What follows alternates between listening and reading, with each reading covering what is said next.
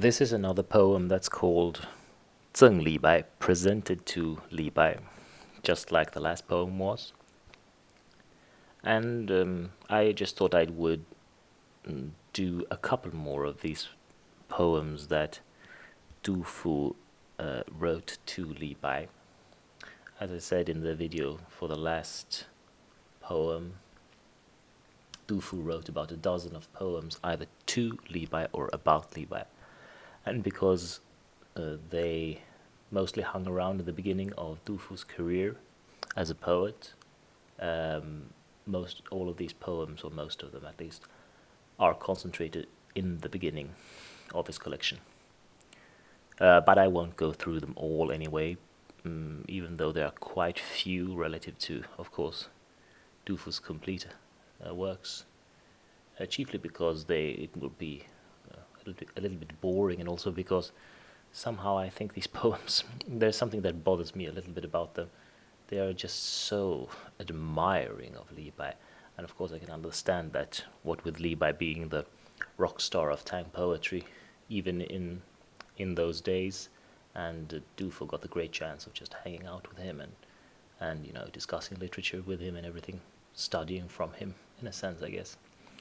But anyway, I am a Du Fu fan. I haven't studied Li Bai in 100th of the detail that I've studied Du Fu from, so perhaps I just feel a little bit jealous about my own idol here, when he's just sucking up so much to this other guy. Well, anyway,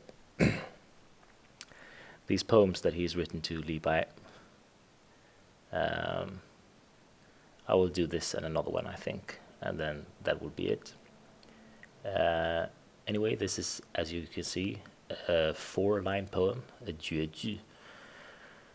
And the title, as I said, is 赠 Li Bai, presented to Li Bai, just like the last one, which is a bit confusing, I guess, but at least we can be thankful that the title is not longer than the poem, when the poem is shorter than this.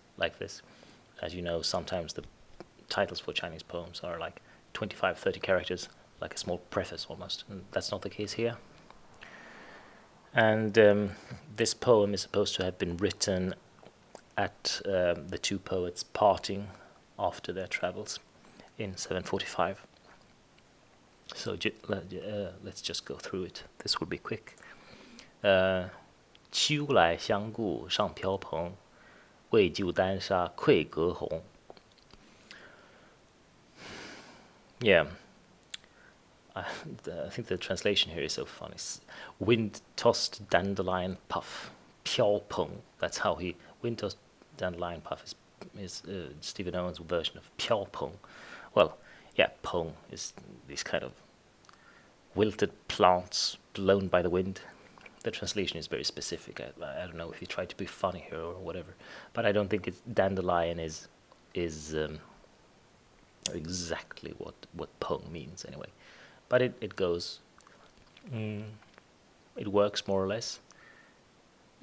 I don't know if, honestly, I'm not sure that this 飘蓬 only refers to Li Bai here. He says 秋来相顾, like I turn to look at you. This is a possible workable translation. It could also be we look at each other, and they're both wind-tossed dandelion puffs. And certainly the second line applies to them both. 为救丹砂愧阁红. I guess that this needs some unpacking at least. 为救丹砂.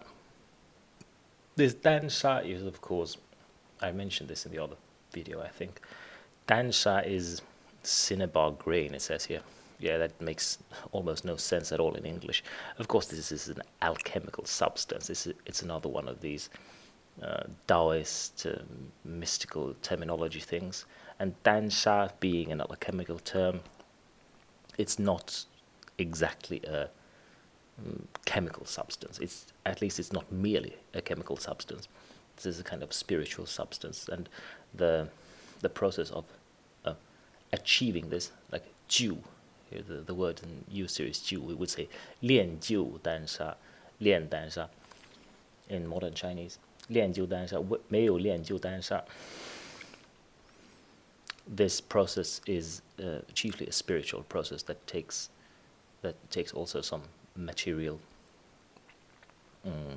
components to achieve. But I'm no expert in this Chinese alchemy things. And anyway, Ge Hong was, of course, a great Taoist writer of the Jin dynasty, and he was the author of the text that we still have extant called the Bao Pu Zi, which is kind of a very central text for this branch of Taoism that focused on the achieving of long life and the production of these spiritual substances and so forth. I haven't read it, unfortunately, so I'm not going to be able to tell you much more about it. So Li Bai and Du Fu, we can say, neither of them have reached the spiritual fruits of the Taoist path, and thus they're not worthy of Ge Hong, who is like a saint in this tradition, I suppose. We continue.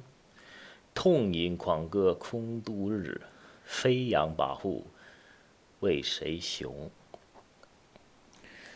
So this 痛饮狂歌 is of course basically the image that has been etched on the collective memory of all of China and all the world of Li Bai. This is the posterity's greatest impression of Li Bai's character. Drinking yourself sick, singing crazily, yes.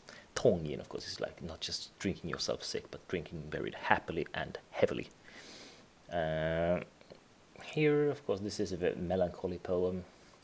Somehow the pointlessness of this existence has dawned on Du Fu at this point, and he's of course sad to be leaving his friend. And I don't know, have they quarreled or anything? This 飞扬跋扈为谁雄? Fly into action and rampage to intimidate whom? Let's look at the words at least first. 飞扬, this is like flying up, unhindered as a bird. And 跋扈 means basically to let yourself go, so like not exercising self-restraint. This 跋扈is usually used about it's typically used about sort of masculine rampages of warrior-like figures. So 飞扬跋扈, there's a distinct tone of resistance to submission in these four characters, I would say. And I don't know, actually, it seems to follow a bit from the comparison with Ge Hong here. Like, there is something in this behavior that is quite discordant with the proper pursuit of Taoist religion.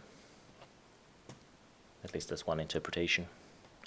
And then we have this 为谁雄? Xiong, to intimidate whom? Yeah, of course, that's more or less what it means, but this xiong is kind of funny. It means, of course, also manly. So this is like a manly attitude. Like, who are you trying to show yourself as a man to? 为谁雄?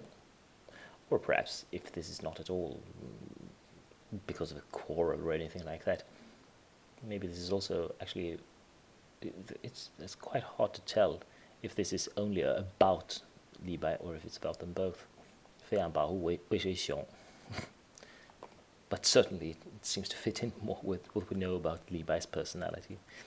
Who are we trying to show ourselves as men to? Yeah, that's a good question, Du Fu. You have to ask yourself that. Okay, so that's the whole little poem here. 赠李白. Thank you for listening.